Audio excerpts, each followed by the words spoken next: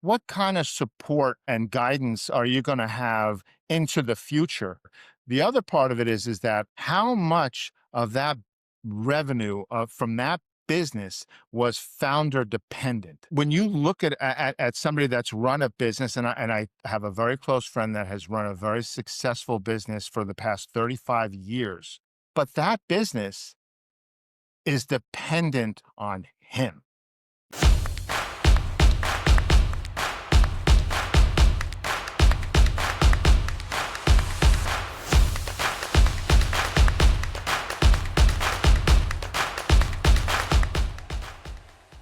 Welcome to Entrepreneurship Through Franchising, a show about kicking down your cubicle wall with ETF and getting honest insights from the experts that guide new business owners. Hey, I'm Ty McBride, and on today's show, I'm joined by Robert Haar, a seasoned restaurant franchise professional who's worked in nearly every seat in the industry. From opening and operating his own restaurant to developing new locations for well-known brands like Einstein Bagel.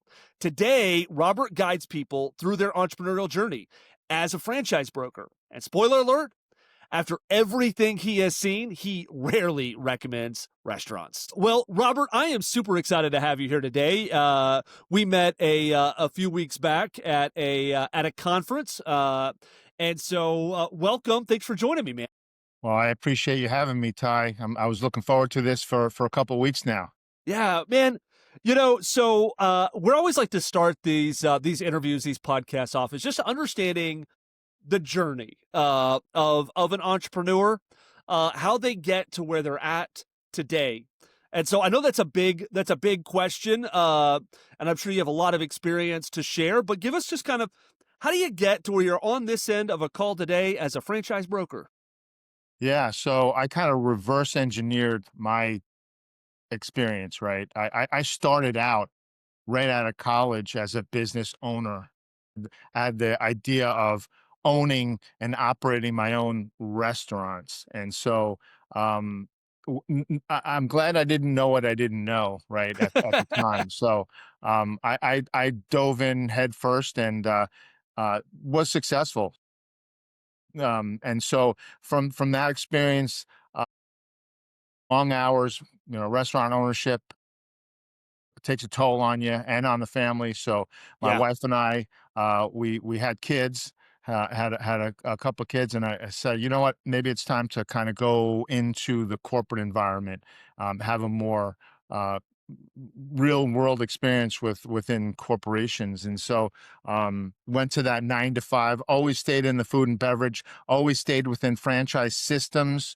So from operations to marketing to everything in between. So I worked within those franchise systems for a lot of years.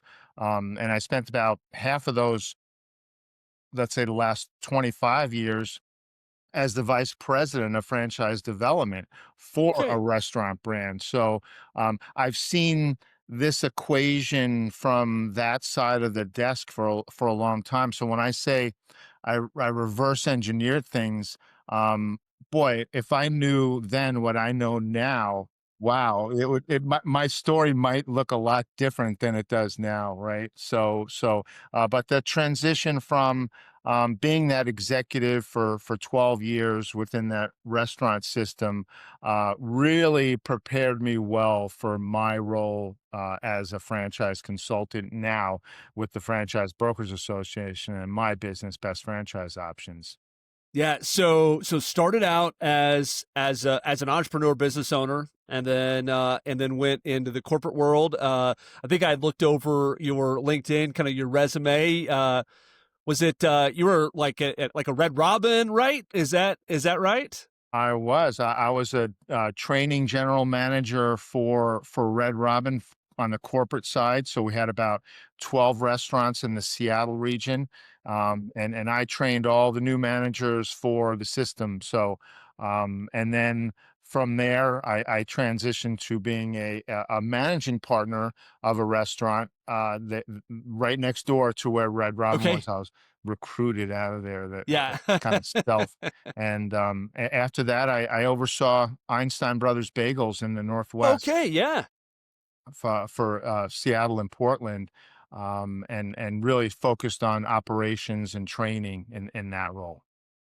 So you've really seen, you've seen all the sides of really a business, both, I'm guessing your first was kind of a startup restaurant, right? Was it a franchise?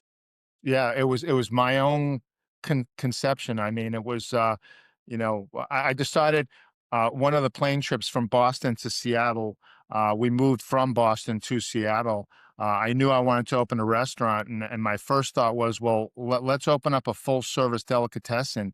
And after drawing up a mock menu on one of those plane rides, I decided after the sixth page of menus, I decided maybe I wanna stick to something that's more of a staple item, so I Right. went to the pizza business as Okay. an independent, pizza operator, and I'll tell you what, I mean, that was very fulfilling and actually won 2 international pizza recipe awards, for a couple of my original recipes, and so had my 15 minutes of fame, Yeah. and, so all of that really prepared me for understanding what it takes to run a business, right?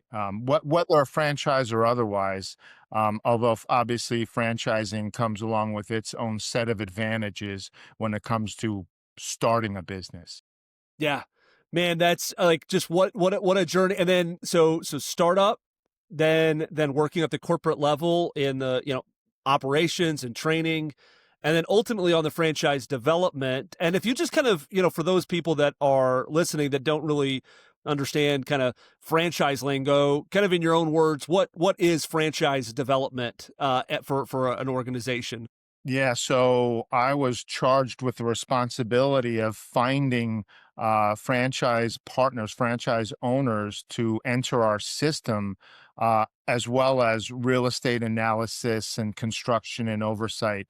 So, and this was not a small investment. This restaurant required about a 1 to 1.2 million dollar investment. So, it wasn't for everyone.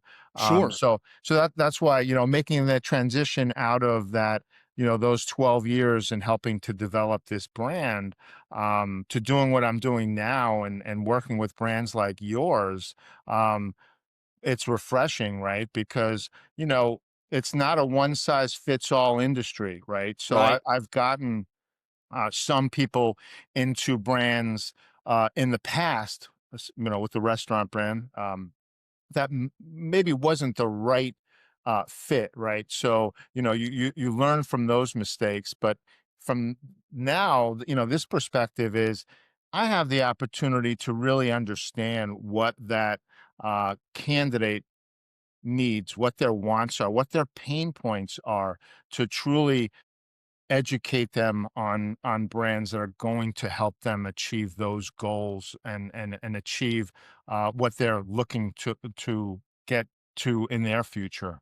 Yeah, yeah. So I find that really interesting. You talked about on the development side where you were charged with bringing new people in to become franchisees, franchise partners, and that kind of in hindsight you could kind of see where it maybe the investment level or the type of business wasn't the right fit.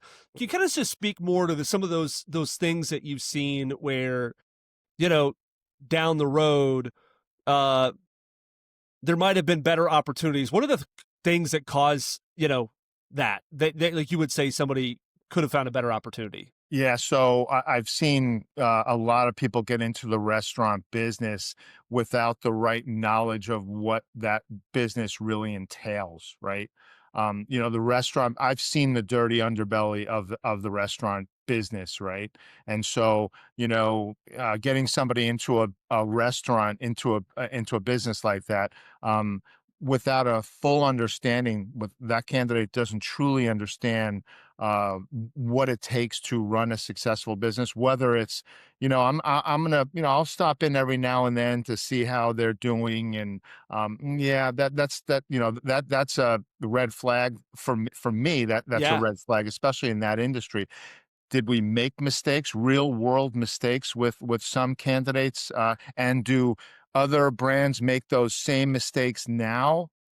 Yeah, absolutely, especially those brands that are kind of at that those beginning stages, and they see the checks and they have some zeros on them, and they want to get those checks into the account so that they think that money is going to help them grow the business, and that's not really how a successful franchise system grows, right?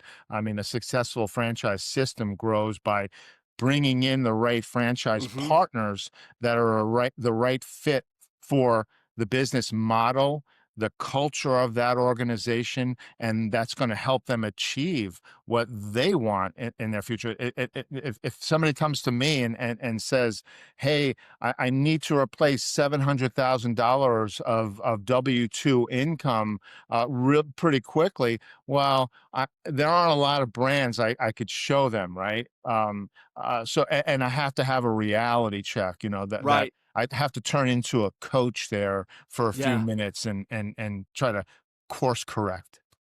Well, there's a couple of things I want to drill into here.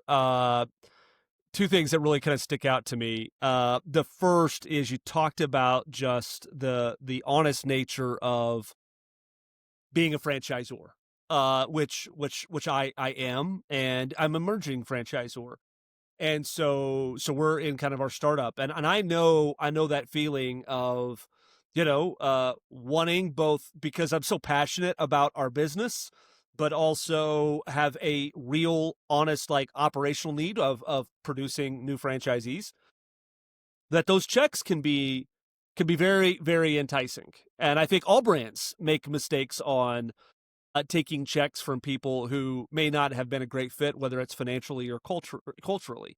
Uh, you've probably seen a lot of that, and so let's just spend a little bit of time talking about just kind of that challenge, because as a franchisor, that's a real challenge. Those checks with those zeros on it can feel like oxygen sometimes. Yeah, absolutely. I mean, whenever I start a conversation with a candidate, they always have kind of a preconceived idea about what kind of business they want to get into, right? Hmm. And so I'll use a perfect example, which happened the beginning of this year.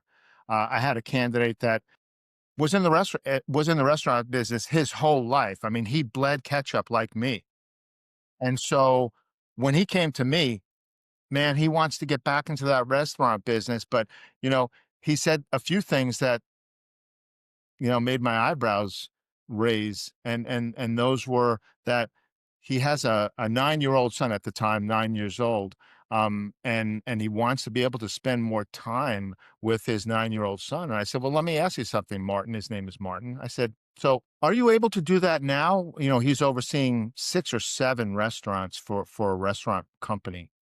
And he said, "No, that's why I do something on my own." I said, "Well, Martin, is that really gonna help you get to where you want to be? Is owning another restaurant? I mean, is that, or are you maybe more interested in something that isn't going to require you to get brick and mortar and landlord obligations and everything that comes along with those guarantees?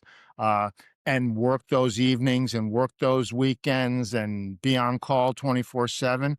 Or do you want to look at some things that maybe you can run from a home office? Something that doesn't have that big overhead, that maybe a 9 to 5 business, weekends off. I mean, weekends off to a restaurant person is like unheard of, right? I mean, that's when the fish swim. So that's why I got his shift, right? So Yeah. I was able to get him to a home service brand, home services sector, which I love, which Hmm. is a sector that's near and dear to me. And as you probably saw the new reports this week,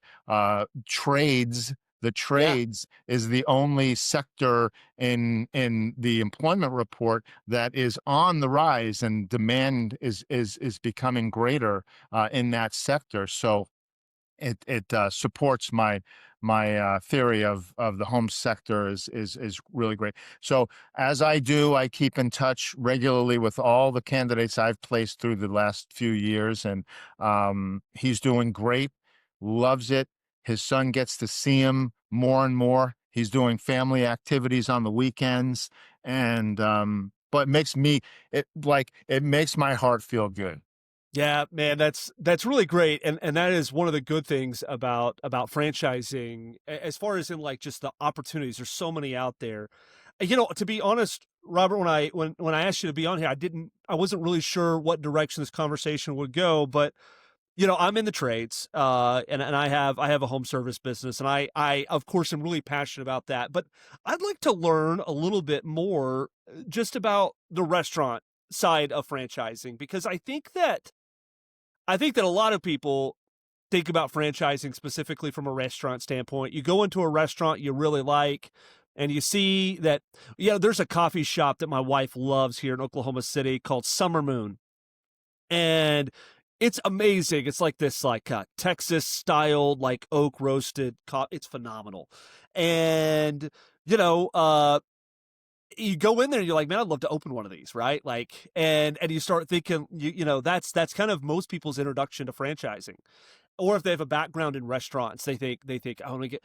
Tell me, like, but from my experience, I often wonder, like, how in the world does one of these work? Because I can see the numbers. I've got friends that have been chefs and had restaurant businesses, and I can look out my door and see restaurants close. I'm in an entertainment district right now, and I can see restaurants close.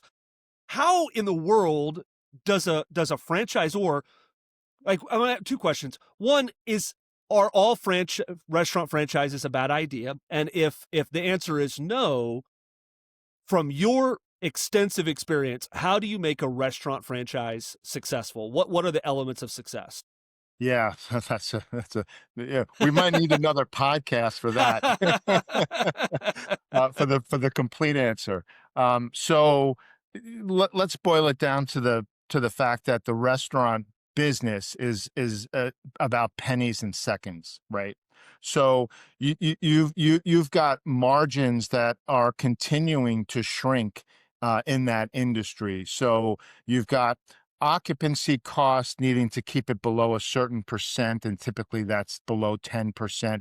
Those have been creeping up. That occupancy cost for your business, it tends to be higher than 10%.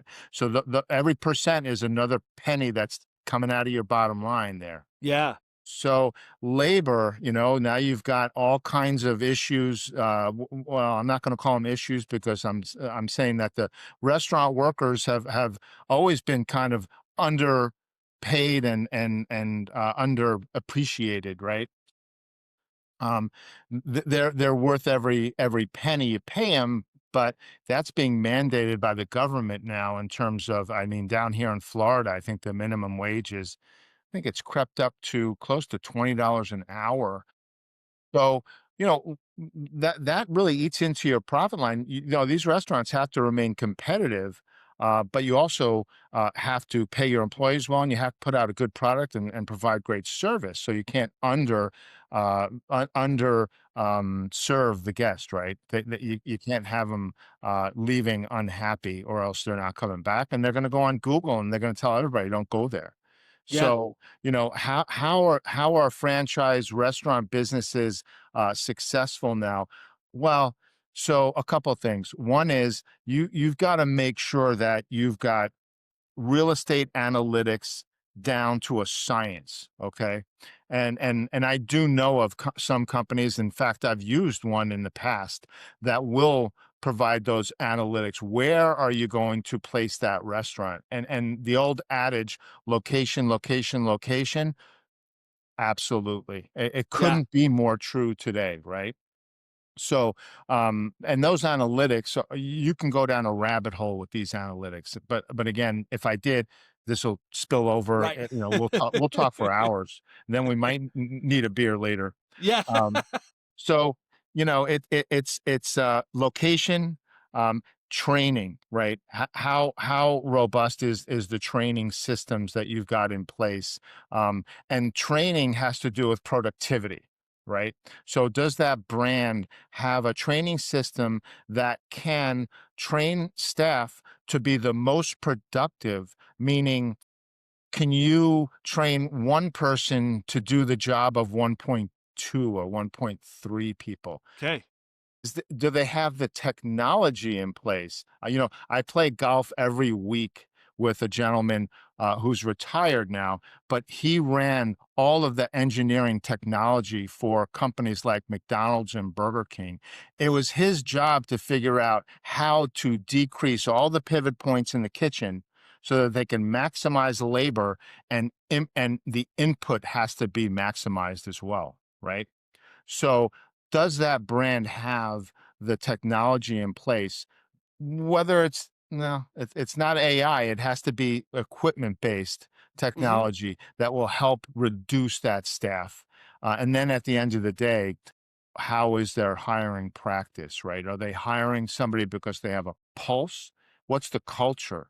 Yeah. Are they just like a franchisor can't accept everybody that is willing to write them a check to be part of their franchise system? The same thing holds true for a restaurant owner, restaurant operator. You've got to be, as difficult as it is, you've got to be really picky and choosy. I always say you hire for attitude and you train the skills in the restaurant business. Yeah. Man, that's really valuable insight. And I have often wondered, I've never been in food service, but I've often wondered, like, how in the world do you make these things work? And that pennies and seconds makes a lot of sense, because you just think of, like, the late once again, I can understand the labor cost because 'cause I'm an employer as well. I actually, actively try to hire people out of the restaurant business, and are because if I can find a good restaurant employee, typically I can pay them more. I can pay, what a general manager makes at the Burger King, that's working 50-hour salary. I can bring him on and pay him more than that on a 40-hour work week in the trades.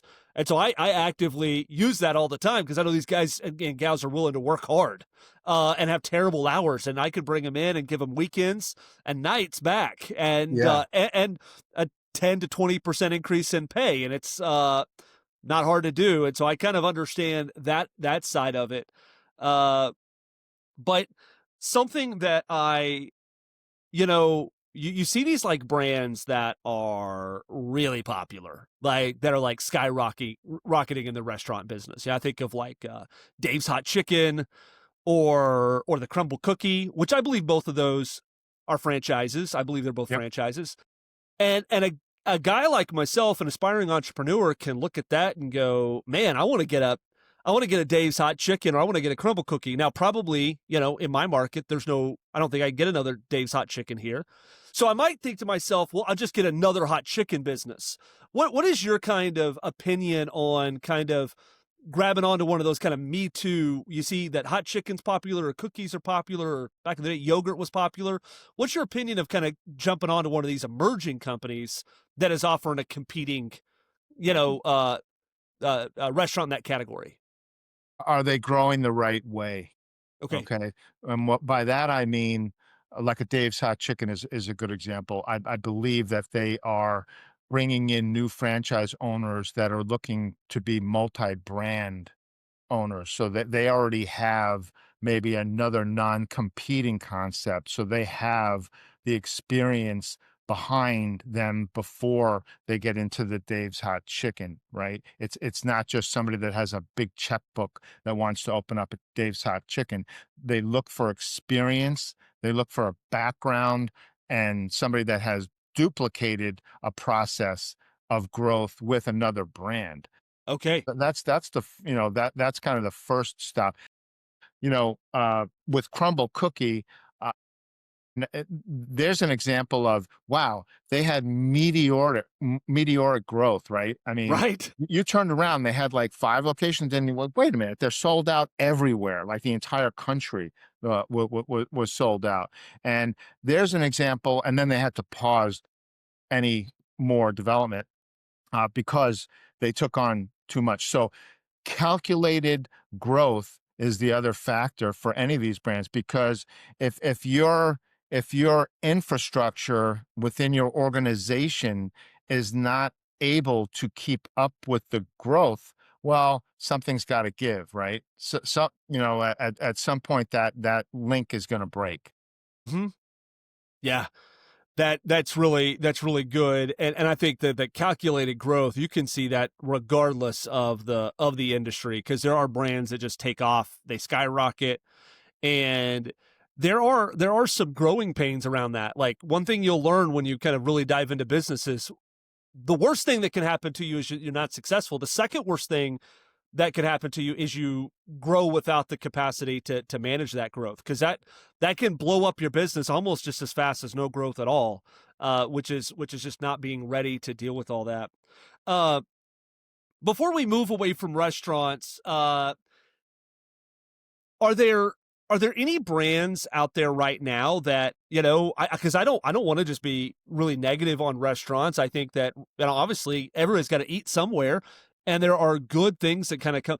Is there anything right now in your inventory that you talk about? So someone's really, really the right person for restaurant ownership, brick and mortar. Is there stuff right now that you really, really kind of bullish on that you think is great opportunities? Yeah, so I'll say that I recently got a candidate into a Voodoo Brewing Company Okay, yeah, up in Maryland. So and I believe his franchise was the last one that was awarded before they paused development. So they did a smart thing, right? They paused development so that they can develop what they've got in the pipeline before bringing in new franchise owners, right? Which is, that's not always an easy decision to make, right? Because you've got hungry franchise development people, salespeople that are in your employ that are hungry and they see a brand that's growing, they want to capitalize on it, right? But that's a decision that's made from the top that, wait a minute, hold on, time out. Let's catch up with this growth. And I could tell you that the person that opened the Voodoo up there in Maryland, he's doing really great. They're able to provide him with the support that they promised, though. Now, had they not paused development so that they can provide that support, I'm not sure where they would be now. yeah. That's a really great insight, and I'm a little bit familiar with the guys behind Voodoo, and it is important, and as a franchisor too. I mean, you want to see that skyrocket growth. You want to be one of those companies that goes from 0 to 100 and in 24 months or whatever it is. But understanding the infrastructure behind supporting the franchisees that come on, and one of the things you said earlier about how what really, like, that pennies and seconds, is that the technology behind it, that's got to be something for an emerging brand that takes time to develop, and that slower growth strategy has got to be really valuable, because, like, the technology that's behind, like, knowing when to throw a uh how they know when to throw more chicken in the fryer, it is a lot more complicated than just a person walks in and says, I want to order a number one. Like, they've got all kinds of technology happening behind the scenes that are really watching those pennies and seconds. Absolutely, absolutely, and you're talking about holding units that doesn't compromise the quality of that chicken, Yeah, and they've really created an amazing science for that alone, just that yeah, one piece. But being yeah. able to blanch those pieces of chicken ahead of time, so you stay ahead of the rushes, and then building those matrix out so that they know on Tuesday lunch rush in the last 8 weeks, we sold this many. So there's our par level. So let's make sure we've got at least this many down and at the ready for that next rush this Tuesday between 12 and 2. Yeah. Wow. I mean, and so definitely, if somebody is thinking about restaurants, this is the guy that you want to talk to, whether he can introduce you to the right one or talk you into something else. That's kind of part of why you would want to work with a consultant. So let's just kind of pivot into that. You've seen a lot. How long have you been a broker and a consultant for? So I'm in my third year now with Best Franchise Options, which is my company, and Okay. managed to somehow win Rookie of the Year my first year, which, I say to all my friends and colleagues, I'm the oldest rookie you'll ever meet.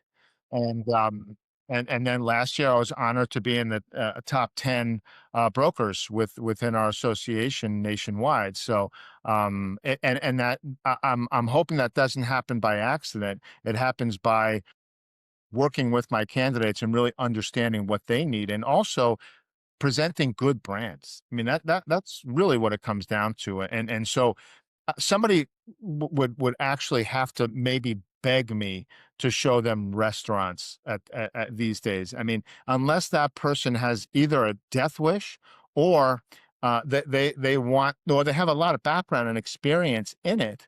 Um, or maybe they actually own the real estate, like I had in another situation up in Virginia. Yeah, they own the real estate, so they were able to kind of develop so they can keep their occupancy costs lower, Right. and keep that overhead from getting out of control.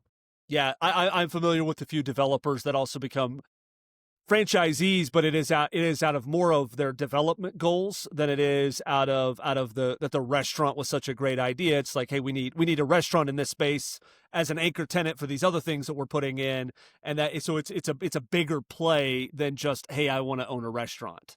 Uh, well, so from a consultant perspective, my Josie is that you're talking to people all the time, and right now, what's really popular is this idea of like buying a business. Like there's, they call it sometimes like the gray tsunami, or they got all kinds of other words for it, but it's this idea that there's this large portion of entrepreneurs and business owners in the US that are reaching retirement age and just go out and buy one of their businesses as they're exiting. Uh, do you ever talk to anybody that's in that stage? And what's some of the advice that you give somebody in that stage? Yeah, so you're talking about the $1 trillion transfer of wealth. I actually just wrote a blog on that Yeah. last week, and so yeah. So if you're talking about buying an existing business from one of these people that are retiring, one of these baby boomers that needs to cash out because they're ready to ride off into the sunset. Right. um, I think it's important to, and I do work with people. In fact, today I had a call with somebody at 1 o'clock Eastern. Before this call, I had a call with somebody that first approached me with that. I want to buy an existing business. I want the cash flow. So, what do you need to consider in that regard? Well, first of all, future performance is no guarantee of what it has done in the past, right? I Right. mean, let's start there. The other part of it is that this business, is it a franchise? If it's not a franchise, then what kind of support and guidance are you going to have into the future? If this is an independent business that you're purchasing, well, you're buying it on based on past performance, no future results, and no future support or guidance or help from other franchise owners that are around you or in the system, or the franchisor themselves to provide that support. The other part of it is that how much of that revenue from that business was founder dependent, right? Yeah. So when you look at somebody that's run a business, and I have a very close friend that has run a very successful business for the past 35 years, and it's a sales business. He supplies restaurant equipment to restaurant chains throughout the country. But that business is dependent on him Yeah. because he has those relationships with the people that he's cultivated over those 35 years, right? Right. That transfer of relationship doesn't always happen seamlessly. It takes the right person to step into those shoes and start with that relationship and cultivate that relationship as that person had done for all those years prior. Yeah. Yeah. Honestly, it's something that I've had some conversations, and in my own like career have done this where it's like if you want an exit path as a business owner, whether it's in your franchise and you want to get to a more semi-absentee role in your business, you want to spend more time working on your business and in your business, or have more flexibility and free time, or you're getting to that stage in life where you are thinking like, and you really need to have like a 10-year view, or maybe or at least a 5-year view of like, hey, I'm 50 now. By the time I'm 60, I do want to have a way out. The better way to think about this is to think like I need to find myself. We can think about like I think like the EOS method, but I need to find myself an integrator. I need to find myself the person that I can hand the reins off to, so that you can develop them over a number of years, and you can transfer your authority to them. And it can be built because just this is for those anybody that's ever thinking about selling the business. It's hard. Like if I've got a reputation in my market, like I can't just sell that. That's something that gets built over time, and it's better if I'm handing that off one piece at a time over my COO or my future CEO or whatever that is. And so way better strategy if you're thinking about exiting than just trying to outright sell. Absolutely, and what you're referring to is your succession planning, That's right? right. You need to find your replacement, and you brought up another really good point there, Ty, and that is that people get into a franchise business sometimes with the wrong mindset, and what I mean by that is people think, well, I'm going to keep my job earning, and I deal with people that are 150 to 400,000 W-2 income a year typically. Um, and once that business is providing that revenue, then I'll leave and I'll devote full time to it. I said, "Well, that's backwards, right?" Yeah. I mean, and look, I'm not here to try and convince or to sell or to pressure anybody. I'm here to educate, right? So if the mindset is, well, I don't want to dedicate full time to it because, well, is that a confidence thing? Because based on your background, and I build their profile out before I'll start showing them any brands, and I'll tell them why I'm showing them every brand I'm showing them before I educate them. I said, well, look at your profile. It says that you're going to be one of the top performers based on your assessment, your CQ, and everything else that I've kind of compiled about you. So maybe it's a confidence thing. But and it's also a fear thing. I don't want to devalue fear, right? Because that's the now I always ask the candidate, is anybody else involved in the business? And typically, well, my wife, she might be with her. Well, it's really important to have her involved in that process because Yeah. guess what she has that he doesn't know about? It's a stamp that's inked up and it says veto on it. And Uh-huh. around the dinner table one night, when he's explaining to her about this brand that he's in conversations with, well, she's quick with that stamp, and she'll put it right there on any plans that he had. Include her in the conversations so that you're both rowing in the same direction. Yeah. And I think that is, I'm not saying that you can't do semi-absentee. I'm not saying that, but I am saying that it is incredibly difficult, and it kind of goes back to that experience thing. It's very similar to kind of like do you have like a lot of experience in restaurant, you restaurant management, executive management level. That's you're going to need to really have that. And I think that kind of tracks in the semi-absentee. Like, do you have a lot of experience in managing multiple business units at a distance with limited interaction? Because if you don't have that, if you're used to running a team that you're really interactive with in your day-to-day job, where you got, you know, 3 to 10 direct reports that you spend all day with, your ability to kind of semi-absentee management, you haven't built that skill set. That's a skill set that you develop over time.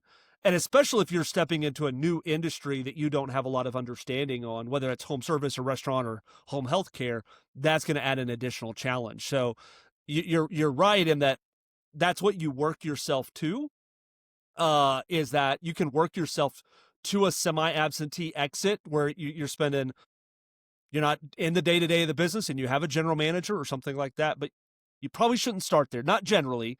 And uh, I think I I could sell more franchises for sure if I told everybody they could be semi-absentee, because I've got one semi-absentee or two semi-absentees that have been successful.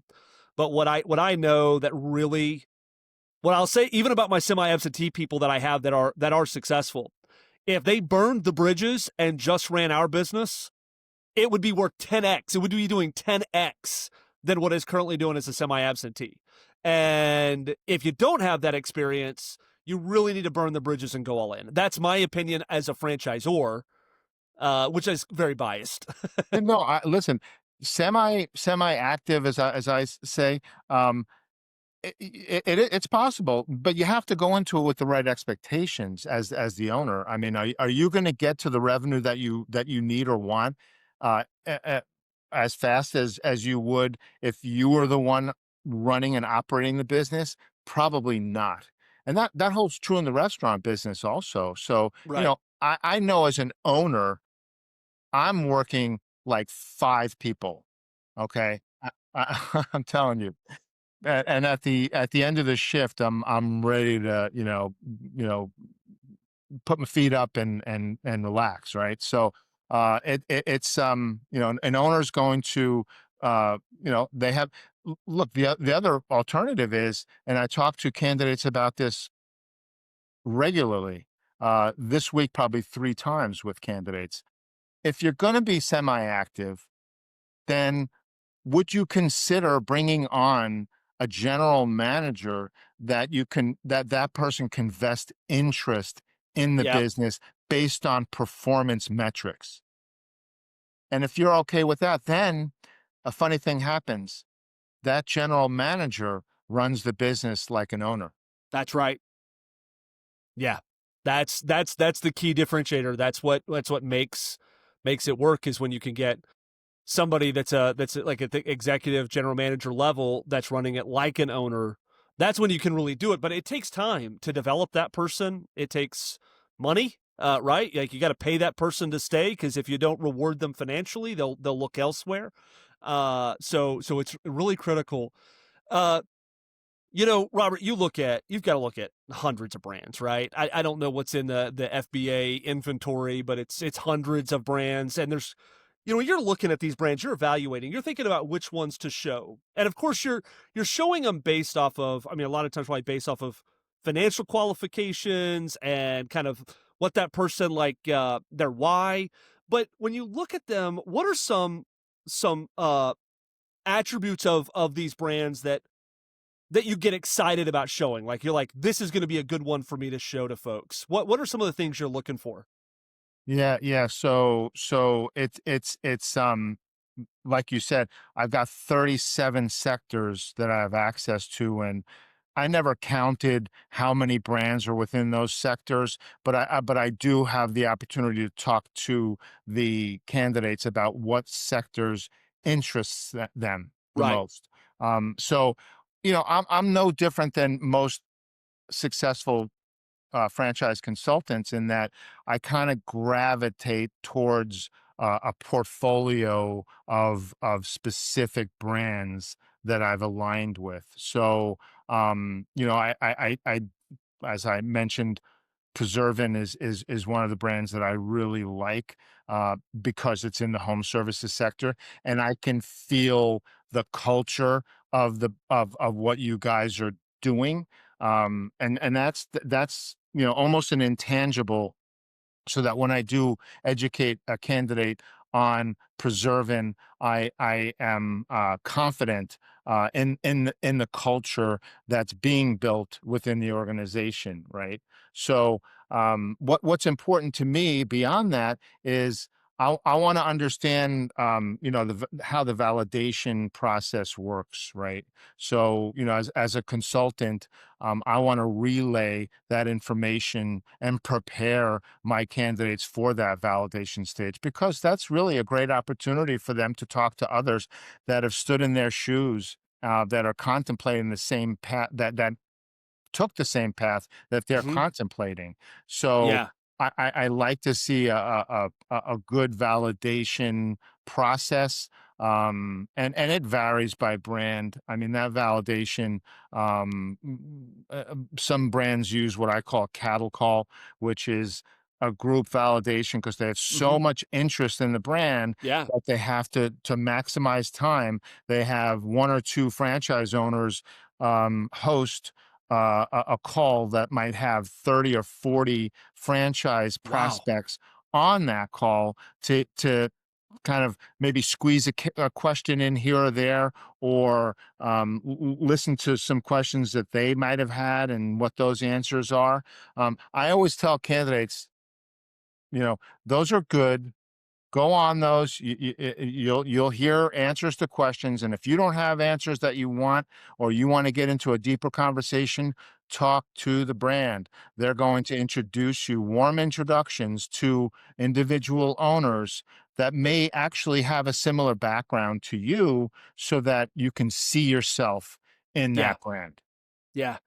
I think that that is one of the most powerful things about franchising, or about like looking at franchise opportunities, is that you get that access legally.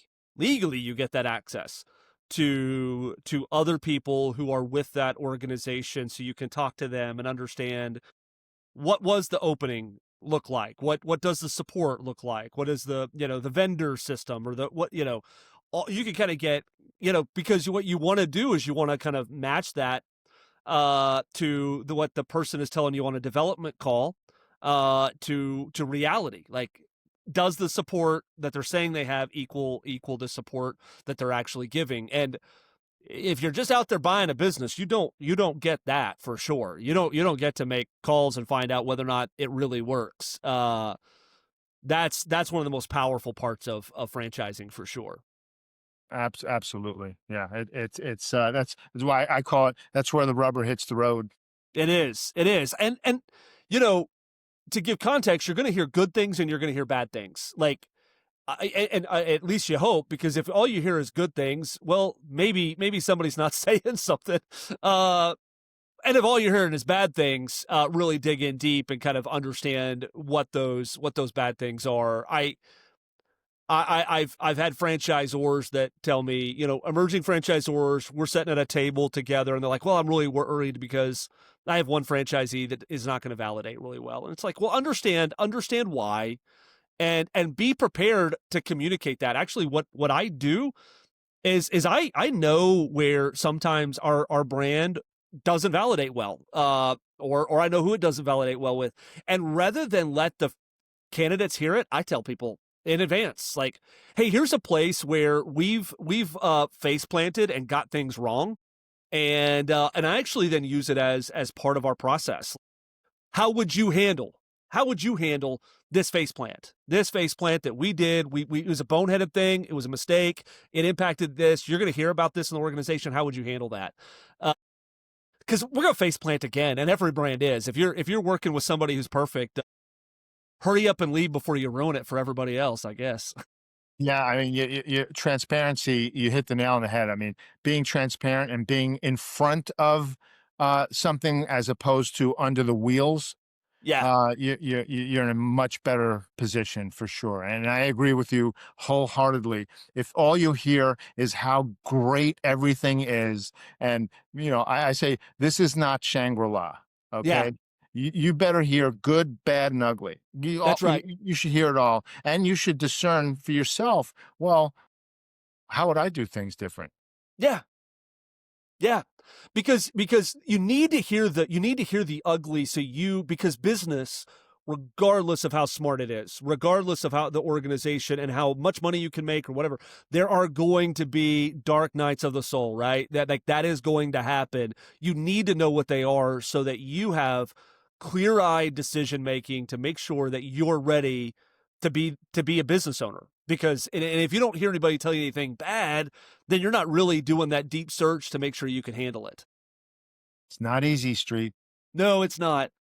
But uh question here though, you've looked at a lot of brands. What are some red flags that you would hear during a discovery process or a validation where you're like, okay, that's like a next level red flag, and I maybe I wouldn't recommend that brand anymore, or I heard that at a conference, and so I'm not going to put them in one of my recommended kind of ones I focus on. Well, so the I guess the advantage of having the experience that I have, my background from franchise development, is that I'm pretty intimately familiar with the FDD and all the items that are Yeah, contained within. So before I will educate anybody on a brand, I will take a deep dive, not super deep, but I right. will definitely take a dive and I'll look at very specific items within that FDD before educating. One of those items, and you know, item three is litigation, right? Yeah, So that's pretty self-explanatory. Um, have they run into any legal issues that maybe the candidate would should be aware of? And by the way, I think brands that have been around for a long period of time and have no litigation, that may be a red flag also. yeah, That maybe the franchisees are maybe a little afraid of retribution or what might happen if they stir the pot. So that might not be a great thing either. But you certainly don't want to see 4 pages of litigation from right. 5 different class actions Yeah, that were brought against the franchisor. That's a red flag, right? that's Uh, right. and I'm also looking at, item 20 it tells the tale also, right? Item 20 is it tells us what the retention rate is Hmm. of the franchise system. Are they a growing system? Are they adding units, or are they closing them faster than they're opening them?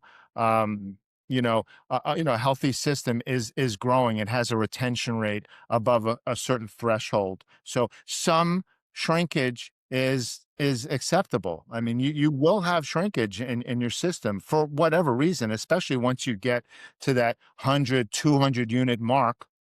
You're going to have some people that couldn't run the business, or some health issues. I mean, there are a Yeah, variety of reasons, but you'll will get some of it is acceptable. But if you see a retention rate of 50% over the last 3 years, and the system grew to a big number, and now is kind of shrinking and not adding units, well, that's a red flag. I'd want to know more about that for sure. yeah.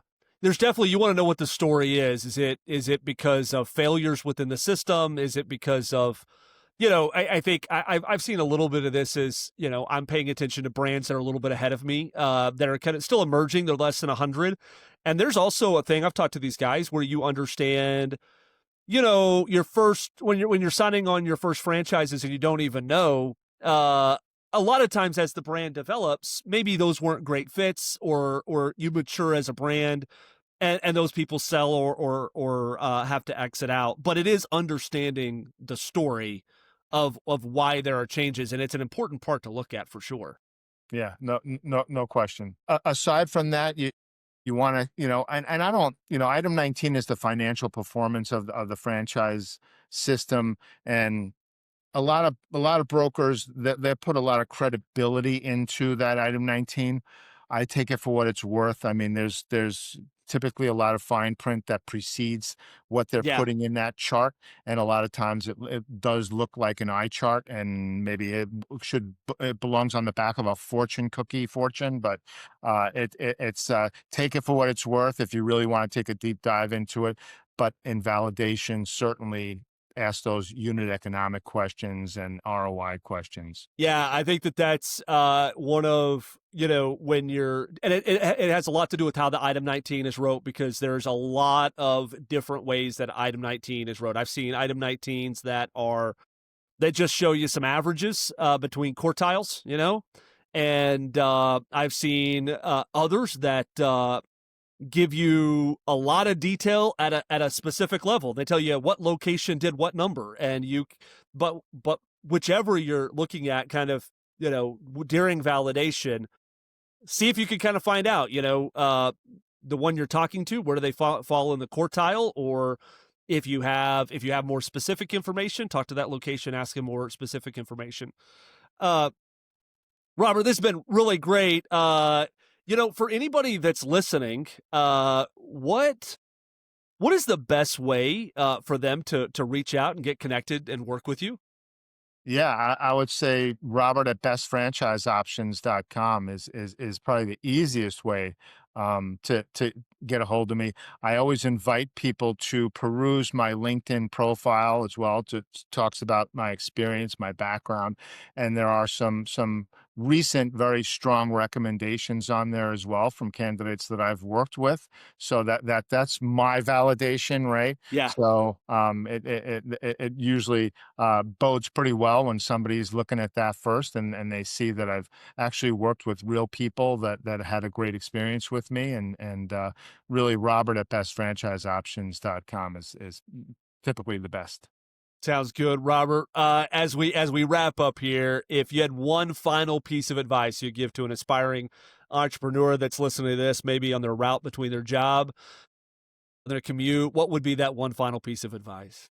You're not alone, right? I mean, you know, I I always say you could do the research on your own and end up with getting inundated with a lot of salespeople trying to vie for your attention and talk you into their Right. brand. So that you have an ally in me because I do something that's kind of a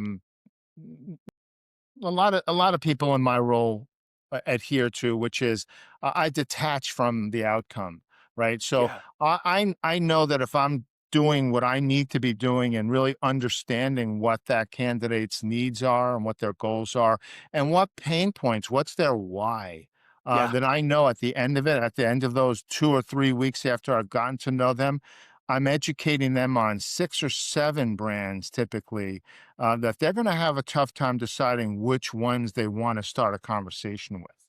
So, and that's when I know that I've done what I needed to do. But you're not alone. I guess is the headline. I'm here to help those that are serious about wanting to explore what's out there for them.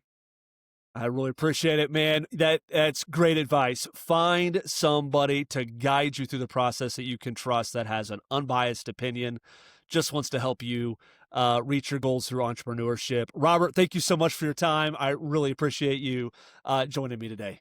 It was a pleasure, Ty. That hour just flew by. Thanks for listening to the show. Make sure you hit the follow button in your podcast app so you never miss an episode. And if you're watching on YouTube, subscribe before you go. And you can connect with me on LinkedIn by just searching Ty McBride. Later.